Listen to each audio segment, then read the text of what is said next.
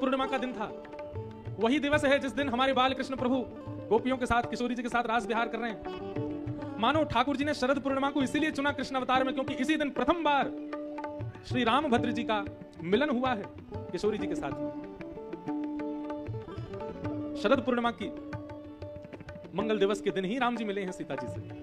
पुष्प आदि सब चयन कर रहे थे, उसी अवसर गौरी पूजा करने के लिए वहां पर सीता जी का आगमन हुआ। श्याम लखन भैया दोनों पुष्प बटोर रहे हैं और यहां से श्री सीता जी आ रही हैं सब सखियों के साथ गिरिजा पूजन करने के लिए। तभी उनमें से एक सखी आगे निकल करके देखने के लिए गई है बगीचे में, कहीं बैठना हो, कुछ करना हो, क्या आगे व्यवस्था देखने के लिए गई। जैसे ही उसने दोनों भाइयों को देखा, देख करके प्रेम विह्वल हो गई, प्रेम मगन हो गई हैं। तो अपने आप को संभाल नहीं पाई और जैसे तैसे स्वयं को संभाला तो दौड़ करके गई है और जाकर के सीता जी को बता रही हैं, क्या ये भाव प्रेम का है, इसको तो आपको अनुभव ही करना पड़ेगा। सखी दौड़ करके गई सीता जी से, जाकर के बोली, अरे तो कुंवर घूम रहे हैं इस वन में, कैसे हैं? बोले एक श्याम वर्ण का है, एक गौर वर्ण का है। उनका रूप कैसा है मैं कैसे बताऊं? आंखों ने देखा है पर आंख बोलना नहीं जानती, मुख ने देखा नहीं है तो ये मुख बोल करके बताए कैसे? सीधी बात है, मैं कितना भी बखान करूं उनके रूप का, मैं बता नहीं पाऊंगी, वो तो नेत्रों से देखने से ही समझ में आएंगे। बहुत सुंदर रूप कांति है, ऐसा रूप मनोरम है कि उनको देखते ही प्रेम अपने आप प्रकट हो रहा है चित्त में। सीता जी सुनकर के मनी मन आनंदित तो हो रही हैं। तभी राम जी वहां पर बैठ करके वन में पुष्प आदियों का चयन कर रहे हैं। सीता जी थोड़ी सी समीप जा रही हैं, अभी सघन वन है, दिख नहीं रहे एक दूसरे को दोनों।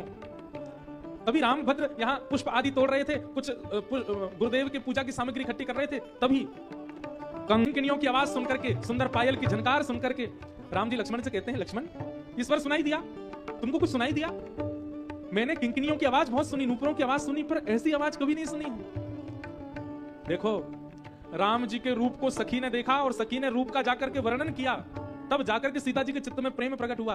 पर यहाँ सीता जी का किसी ने रूप बताया नहीं है, केवल सीता जी की नूपुर की ध्वनि गई है राम जी के कानों में, उस ध्वनि से ही प्रेम प्रकट हो रहा है। राम जी कह रहे हैं, ऐसा लग रहा है मानो कामदेव अभी अभी यहाँ पर विजय प्राप्त करके गया हो। मैं सहज ही ये स्वर सुनकर के आकृष्ट हुआ जा रहा हूँ। अस कहीं सघन कुंज की एक ओट से श्री सीता जी का मुखमंडल दिखने लगा और जैसे ही किशोरी जी के मुखाकृति को राम जी ने देखा है, अभी सीता जी ने राम जी को नहीं देखा, राम जी ने सिया जी को देखा। देखते ही मानो ऐसा लगने लगा कि सामने चंद्रमा है और राम जी चकोर बनकर के उनके रूप लावण्य को देख रहे हैं। अपलक हो गए राम जी, पलक गिर नहीं पा रहे हैं, ऐसा रूप देख करके आनंदित हो गए। राम जी थोड़ी देर तो देखने, लक्ष्मण जी ने राम जी को पकड़े, कहा भैया क्या हुआ? थोड़ी देर तो राम जी होश में ही नहीं आ पाए, सीता जी के रूप को देखने लगे। राम जी बोले, लक्ष्मण ये कौन है? ये सामने जो घूम रही है ये कौन है? इनका थोड़ा पता तो लगाओ, परिचय तो करो, ये कौन है?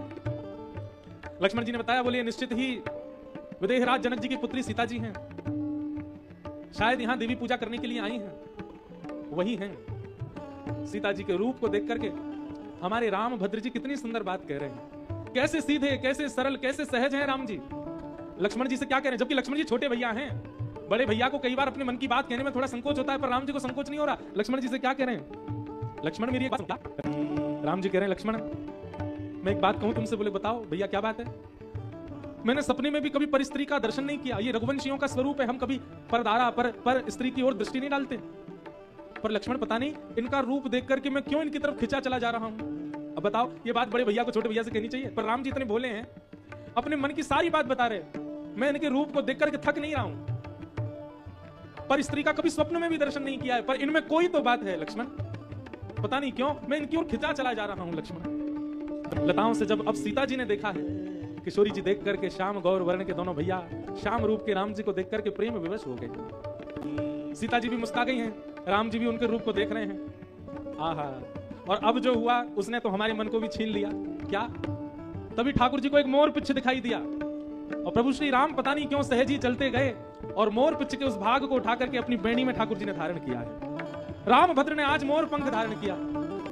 ये सब लीलाएं राम जी ने प्रारंभ की हैं। ठाकुर जी तो उस प्रारंभिक लीला का ही संवहन कर रहे हैं। जैसे पिता की पदवी को पुत्र संभालता है, श्री राम जी की पदवी तो पहले ही स्थापित हो चुकी है, उसका निर्वहन भगवान श्री कृष्ण कर रहे हैं। अब क्या जरूरत थी मोर पिच्छ को धारण करने की? परंतु मानो मोर पिच्छ धारण करते ही राम जी ने अपने प्रेम का प्रस्ताव रखा है किशोरी जी के आगे। मोर पिच्छ धारण करते ही रूप कांति ऐसी हुई, ऐसी अद्भुत हुई, महाराज क्या बताएं, उसका वर्णन नहीं कर सकते। शरद पूर्णिमा का दिन है, इतनी गर्मी नहीं थी, भोर का समय है, कोई ग्रीष्म ऋतु नहीं है, और श्री राम जी के मुखमंडल पर प्रश्वेत के बिंदु प्रकट हो रहे हैं। क्यों? पसीना क्यों आ रहे हैं? कोई गर्मी का महीना तो नहीं है? ऐसी सुंदर ब्यार चल रही है, सुंदर पुष्प वाटिका में आप खड़े हो, फिर आपको प्रश्वेत के बिंदु क्यों आ रहे हैं? किशोरी जी की रूप कांति को देख करके ठाकुर जी इतने आनंदित हो गए हैं।